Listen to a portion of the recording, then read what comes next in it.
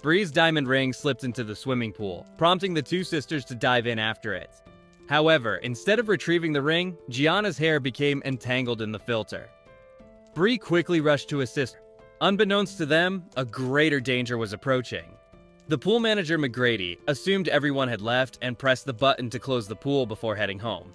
Suddenly, the large fiberglass cover began to slide shut. Bree noticed it just in time and frantically freed Gianna's hair. They both swam towards the surface, but it was too late. The pool cover sealed them beneath the water. The sisters screamed for help, but the building remained silent and deserted. They pushed against the cover with all their might, but it wouldn't move. To make matters worse, the pool was closed for the week. In a state of utter despair, the sisters frantically searched for an escape. They noticed a small hole in the cover, but it was far too tiny for them to fit through. Not even a hand could fit through the hole. Bree found a plastic board and attempted to enlarge it. Despite her intense effort, the hole remained unchanged. The dire situation caused Gianna to completely lose her temper, blaming Bree for everything. If it hadn't been for that silly ring, they wouldn't be trapped. Bree chose not to argue and dove back underwater alone. This time, she managed to retrieve the ring, but she also noticed something significant. The drainage grate beneath her feet was loose. If they could use that grate, perhaps they could break the cover.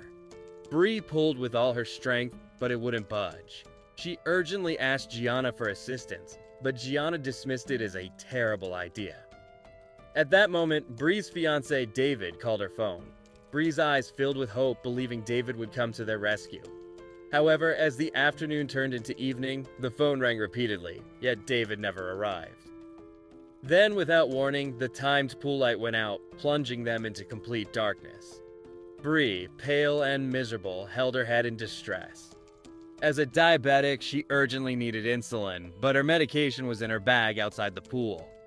Witnessing Bree's suffering, Gianna finally managed to calm herself. She quietly picked up the plastic board and resumed her efforts to widen the hole. The two sisters had been trapped in the pool for 4 hours when, all of a sudden, the pool lights flickered back on. It was Clara, the night shift cleaner. Spotting someone approaching, the sisters pounded on the cover and shouted for help. But Clara ignored their frantic pleas. Instead, she began searching through Bree's wallet. After finding only a small amount of cash and a single bank card, Clara appeared disappointed. She then proceeded to turn off the pool's security cameras. Calmly, she walked over to the trapped sisters and started to chat casually. It turned out that Clara had recently been released from jail for theft. She owed a lot of money, had a daughter at home, and desperately needed cash. Her plan was simple: extort money from the two sisters. Clara demanded the PIN to Bree's bank card. Only then did the sisters realize they were being blackmailed. Gianna got so furious, she cursed Clara out. Clara became enraged and immediately switched off the pool's heating system. The water started growing colder and colder. Bree thought about it carefully, then finally gave Clara her PIN number.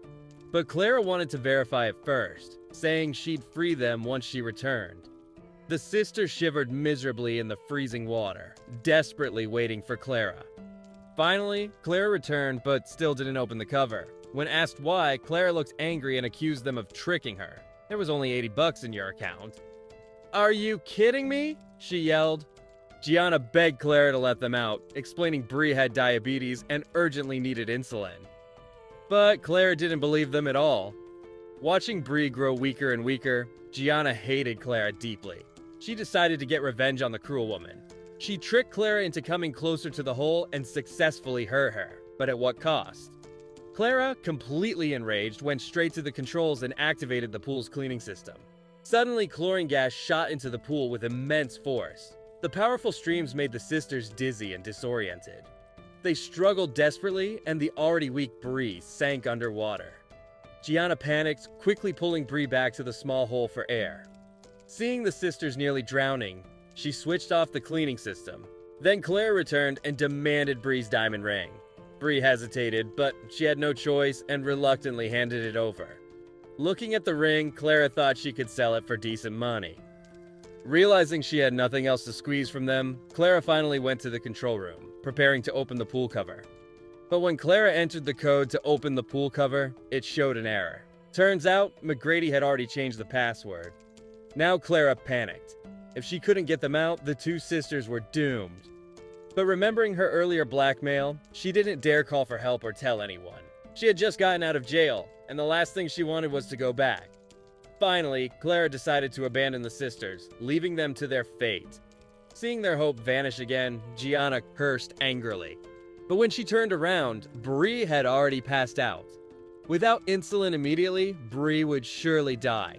Their only remaining chance was the metal grate underwater, but Gianna was terrified. Earlier, her hair had gotten caught underwater, nearly drowning her. Still, she realized she was Bree's only hope. Gathering all her courage, she dove underwater and pulled at the grate with all her strength. The first try failed, the second try failed too. Finally, she found a swimsuit strap to use as a handle. This time, she succeeded. Quickly surfacing, Gianna smashed the metal grate against the pool cover. A crack appeared. She smashed harder and harder, and more cracks formed. With a loud snap, the cover finally broke open. Gianna immediately dragged Bree onto land and injected her with insulin. Bree slowly regained consciousness. Just as Gianna breathed a sigh of relief, she looked up.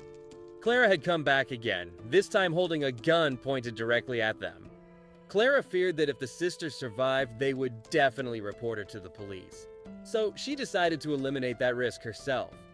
Gianna hugged Bree tightly, crying and promising Clara they wouldn't tell anyone. "If you kill us," she shouted, "what will happen to your daughter?" This struck Clara deeply. She slowly lowered her gun, then returned Bree's ring. Gianna quickly called 911, and true to her word, she allowed Clara to leave. Finally, the two sisters were safe. So the lesson from this story, never wear jewelry while swimming and always wear a swim cap.